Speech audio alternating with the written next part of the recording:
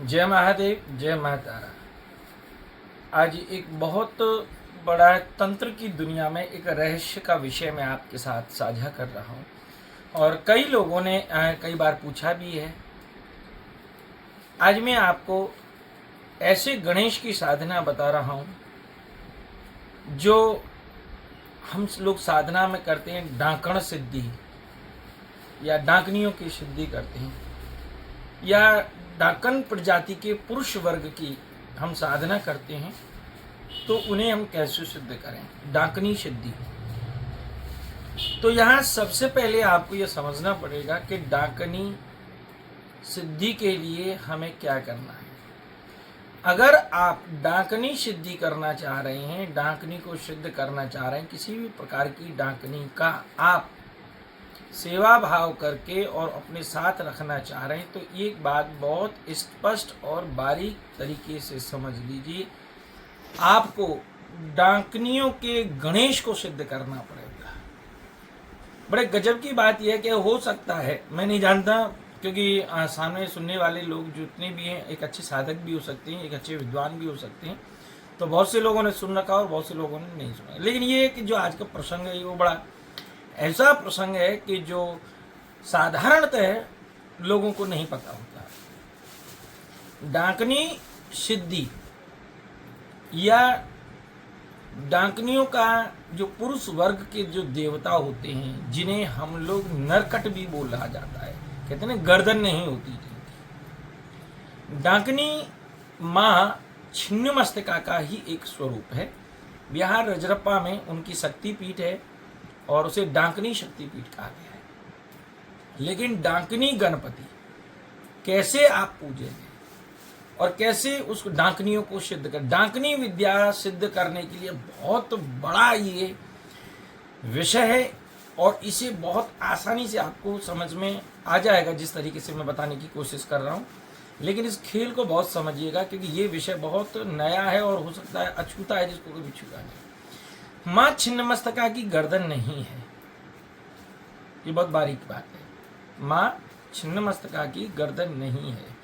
जैसे मैंने बताया था कि माँ बगला के गणपति का नाम हरिद्रा गणपति है, महाकाली के गणपति का नाम अघोर गणपति है, ऐसे ही माँ छिन्नमस्तिका के गणपति का नाम छिन्नमस्तक गणपति है।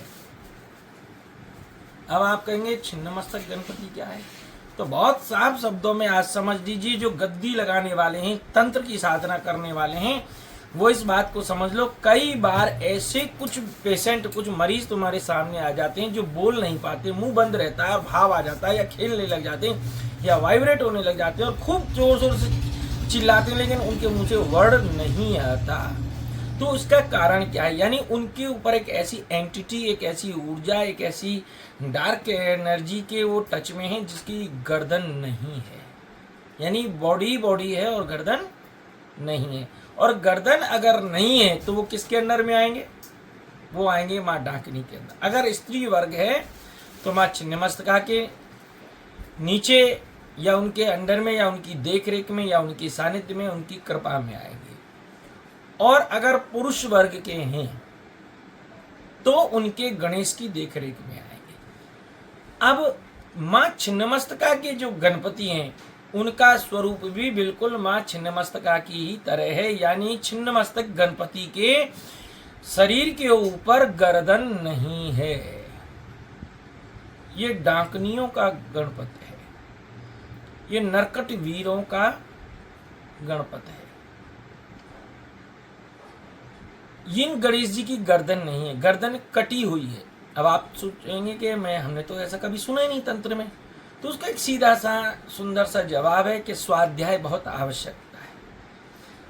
अगर आपने अध्ययन किया है, स्वाध्याय किया है, तो निश्चित रूप से आपको इस बात का जवाब मिलेगा। लेकिन आपने स्वाध्याय नहीं किया, खाली सोशल मीडिया पे दो बात इधर से सुनी, दो बात उधर से सुनी और आप तंत्र के अघोर की साधना की बात कर रहे हैं, तो ये गलत बात है। उसके लिए स्वाध्याय होना बहुत जरूरी है, जानकारी होना बहुत जरूरी है।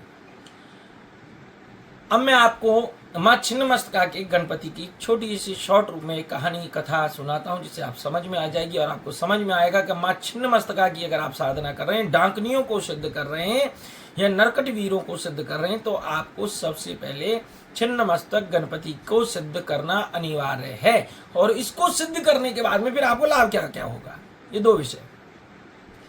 जब भगवान महादेव माँ पार्वती के साथ हिमालय पर बैठे हैं और उस समय पर माँ पार्वती को स्नान करने की जब भावना बनी, तो माँ पराम्बा परम शक्ति जगदम्बा आह्लादिनी जब गुफा के अंदर स्नान करने गई और अपनी सखियों के साथ में हैं, तो सखियों ने कहा है कि हे भगवती, आज हम इस झरने में गुफा के अंदर स्नान कर रहे हैं, लेकिन गुफा के बाहर कोई द्वार नहीं है और ना ही द्वारपाल है, और जब कोई है ही नहीं तो कोई अंदर प्रवेश कर गया तो हमारी मर्यादा भंग हो जाएगी, तो क्या करें।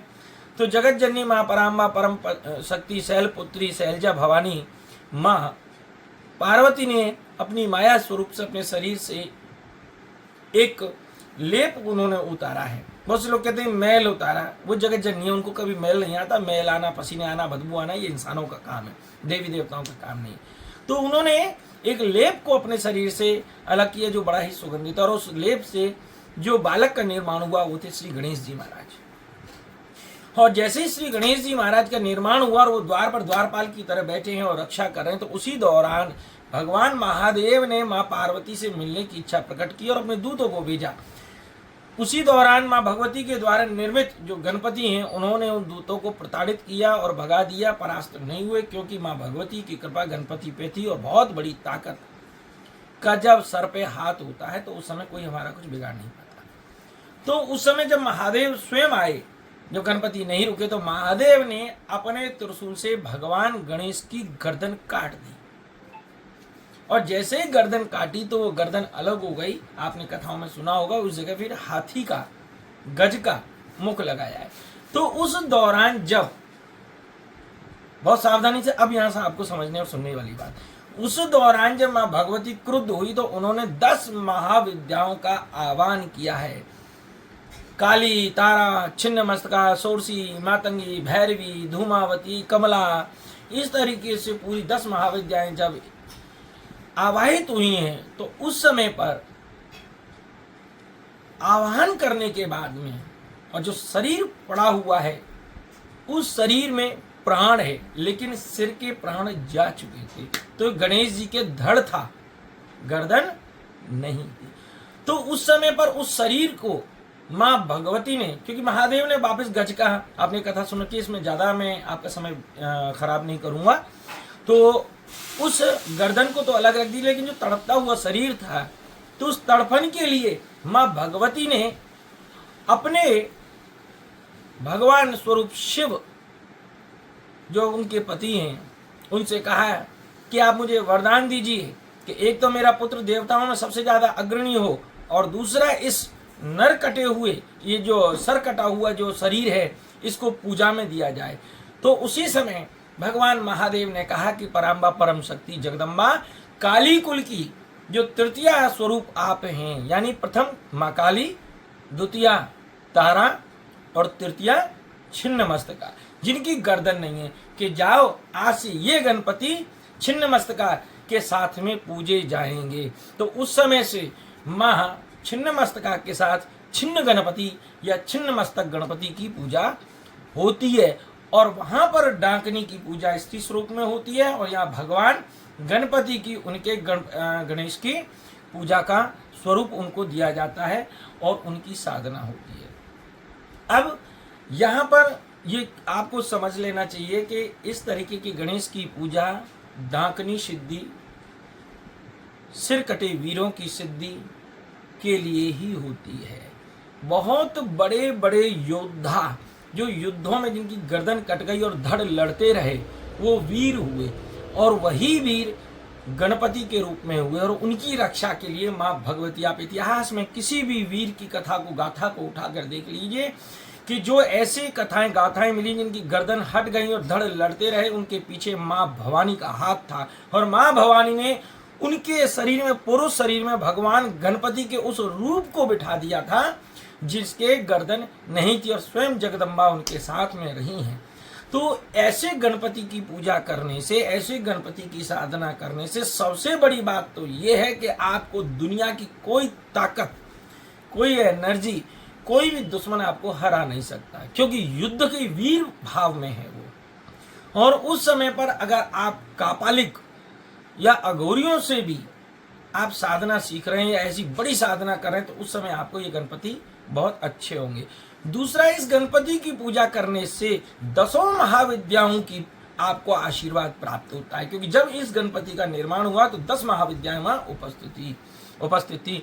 तो इस गणपति की सेवा से 10 महाविद्याएं एक साथ आपको दर्शन देती हैं, और माँ पार्वती और भगवान महादेव की भी हमें कृपा प्राप्त होती है। इन गणपति की सेवा करने से आपको यहाँ नर रूप में भी मुक्ति मिलेगी और पशु रूप में भी मुक्ति मिलेगी।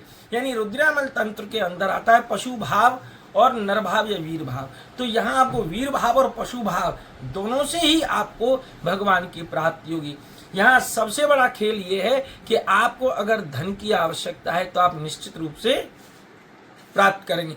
कोर्ट कचहरी और मुकदमा चल रहा है तो 1000% आपकी जीत होती है, क्योंकि ऐसे गणपति की पूजा केवल युद्ध और विजय के लिए प्राप्त होती है।